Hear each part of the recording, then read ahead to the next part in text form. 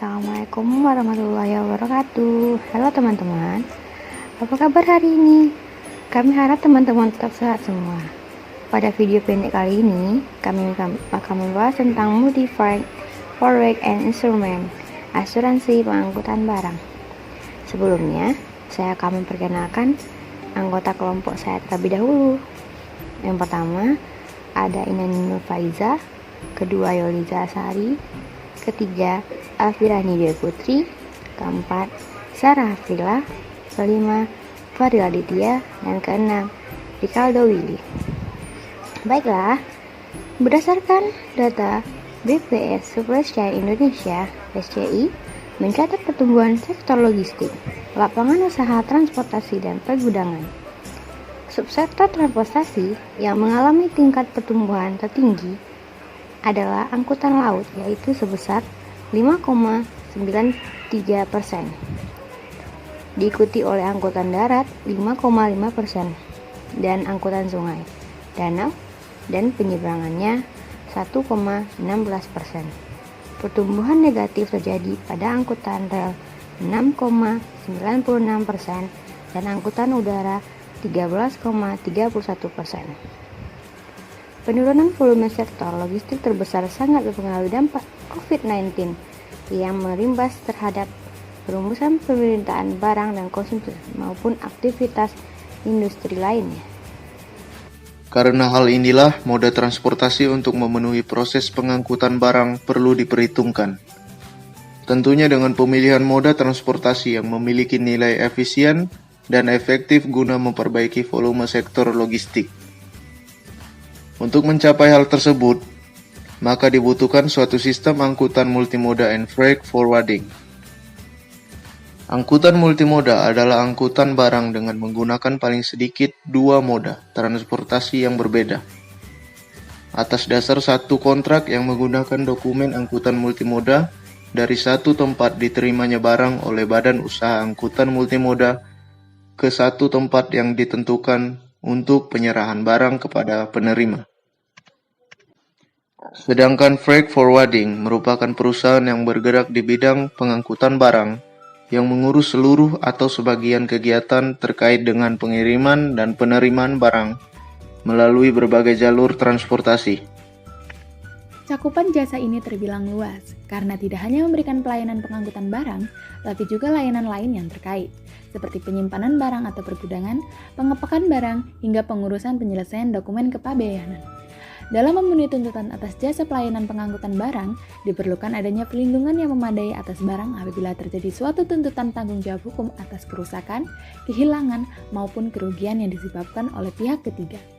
Oleh karena itu, proses pengangkutan barang, baik menggunakan kapal laut, kereta api, pesawat, maupun truk, dibutuhkan adanya asuransi untuk mewujudkan adanya kepercayaan yang dibangun antara konsumen dan pengirim barang atas barang yang diangkut. Pada video pendek ini, kami akan menjelaskan secara singkat perusahaan asuransi pengangkutan barang. Asuransi pengangkutan barang atau freight insurance adalah produk asuransi yang menjamin risiko kerugian atau kerusakan yang terjadi pada harta benda, tertanggung selama pengangkut atau perjalanan melalui laut, darat, dan udara dengan memberikan pertanggungjawaban finansial. Lalu, apa manfaat dari penggunaan asuransi pengangkutan barang atau freight insurance? Pertama, mengganti dan menjaga barang Anda tetap aman ketika proses pengiriman. Kedua, memberikan polis asuransi kepada barang ekspor atau impor. Polis ini akan dibutuhkan ketika adanya pemeriksaan barang oleh pihak bea cukai. Ketiga, menyediakan layanan elektronik untuk mempercepat proses pelayanan untuk mendapatkan polis asuransi di hari yang sama atau mengajukan asuransi barang. Yang keempat, memenuhi kebutuhan fisik kepada pemilik barang yang telah mengasuransikan barangnya.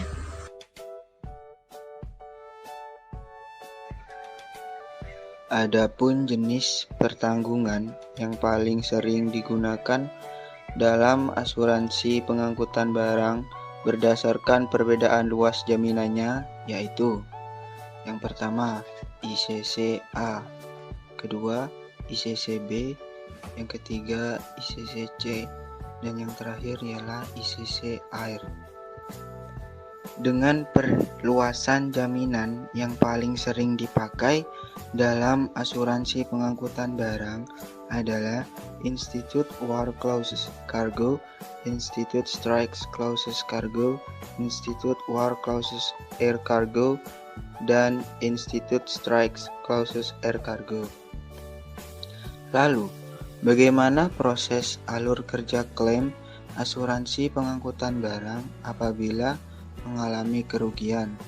Yang pertama, periksalah dengan seksama kondisi dan nomor kontainer. Yang kedua, periksalah dengan seksama kondisi dan nomor segel pada pak barang. Yang ketiga, berilah catatan pada surat tanda terima barang atau surat jalan jika terdapat kerusakan atau kehilangan barang. Yang keempat, segera menghubungi pengangkut untuk melakukan survei, lalu segera menghubungi perusahaan asuransi untuk melakukan survei. Yang kelima, ambillah foto kondisi kontainer atau barang yang termasuk nomor segel sebagai dokumenter konsumen. Yang terakhir, segera mengajukan tuntutan ganti rugi kepada pihak pengangkut. Dokumen apa saja yang perlu diperlukan dalam proses pengklaiman asuransi pengangkutan barang? Pertama, polis asuransi asli. Kedua, konsumen asli. Ketiga, invoice. Keempat, packing list. Kelima, surat jalan.